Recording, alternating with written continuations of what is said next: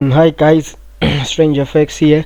So I wanna like approach teach you an approach just like the MMC, like the way D.Operandi does, right guys? So I wanna teach you the depth of the approach and how he does it and everything, right guys? So actually the MMC footprint, remember, it defines as a line, a trend line that the market touches twice and never comes back to that line even after a long time, right? So actually we can count this as a footprint, right? Remember, but the thing is, at this point when it touches here, we don't know it's a footprint for sure, right? So the only way we would know it's a footprint is through the course that I've already given you guys. So through identifying the inner line, right? Drawing the inner line. Let us say we had the inner line here, right? Drawing the inner line here, and after that, actually after drawing the inner line, we would look for divergence from the last high, which is somewhere here, right? From this last high here, and actually here, right? And actually here, right?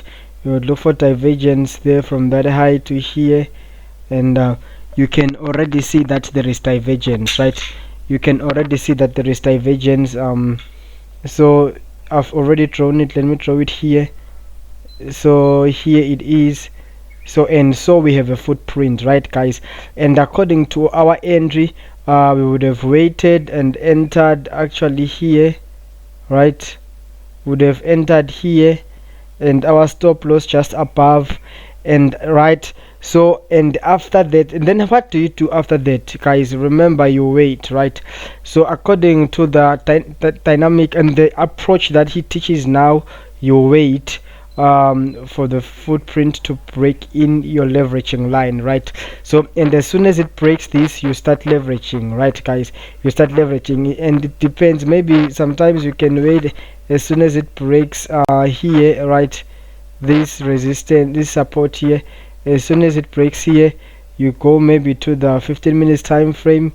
You look for every divergence there and you leverage, right? You leverage on every divergence here, hidden divergence. So meaning excuse me, after your entry here, after your entry here, right? Okay, in the 15 minutes time frame, okay, it doesn't matter, but after your entry here, what you would do is you would wait for the market to break this line, right? Let me adjust it properly. Break this line, and then you start leveraging.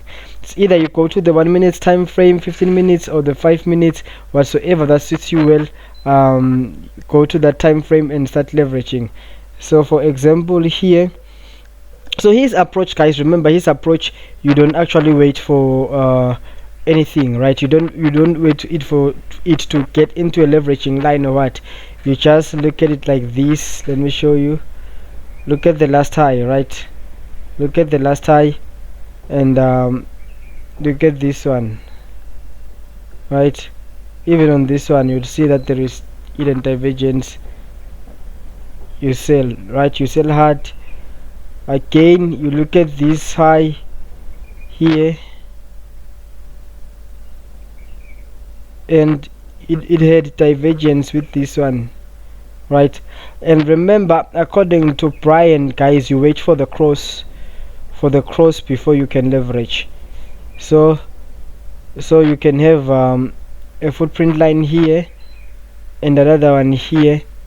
You leverage, guys, right? So you leverage throughout. So there are a lot of entries here. You can have another one here, and have this one here, right? So you leverage again here, right? You leverage. So you'll be leveraging to all the way to the downside, right? So that's the approach, and the dynamic part of it is as the market approaches here, right guys? As the market approaches here, you go to the smaller time frame, like here. Let's say we were on the we did this on the 4-hour time frame, right?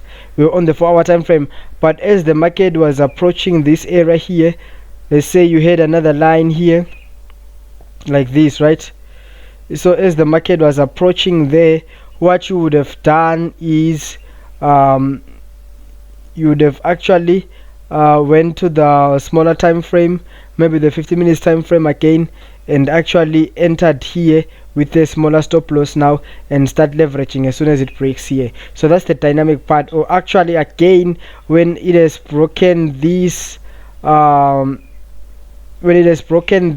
line, the next trend line, right, this one, what you can do again is you can go to the 1 minute and try to enter here based on the 1 minute and start leveraging there and then, right guys? Yeah, that's it.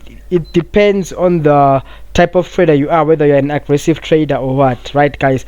So that's pretty much it. Let's go back to this one right here. Let's go back to this one right here, right guys? So let us say here you've actually identified this footprint, right, and you are patient enough to like start leveraging at this point. So what do you do, guys? So after that, what you should know is after this you can go to the 1 hour time frame and start leveraging, right? You can go to the 1 hour time frame and leverage on every hidden divergence, or what it does is he goes to the 1 minute time frame and start leveraging there and there on the 1 minute, guys, right? You start leveraging on the 1 minute time frame. Let's say for instance this, as it broke this line, right, it broke this line, this was the clear break, you start leveraging all the way to the downside, right? Where is the clear break? Yo, sorry guys, I'm lost. Okay, here. So what I can do is, let me indicate by throwing this. Let me go to the 15 minutes time frame, the 5, the 5 and the 1 here. So here it is, guys. So actually after the break you would start leveraging, right? So meaning here in every hidden divergence you leverage. So here you just look at the last high. Where is the last high? There is a high, right? So there wasn't any much of a hidden divergence. So here we have this high and we have this one here, this one here. As soon as it crosses over, because this is the one that gave us the first hidden divergence here, right? So as soon as it crosses over here like this, he would leverage strong, right?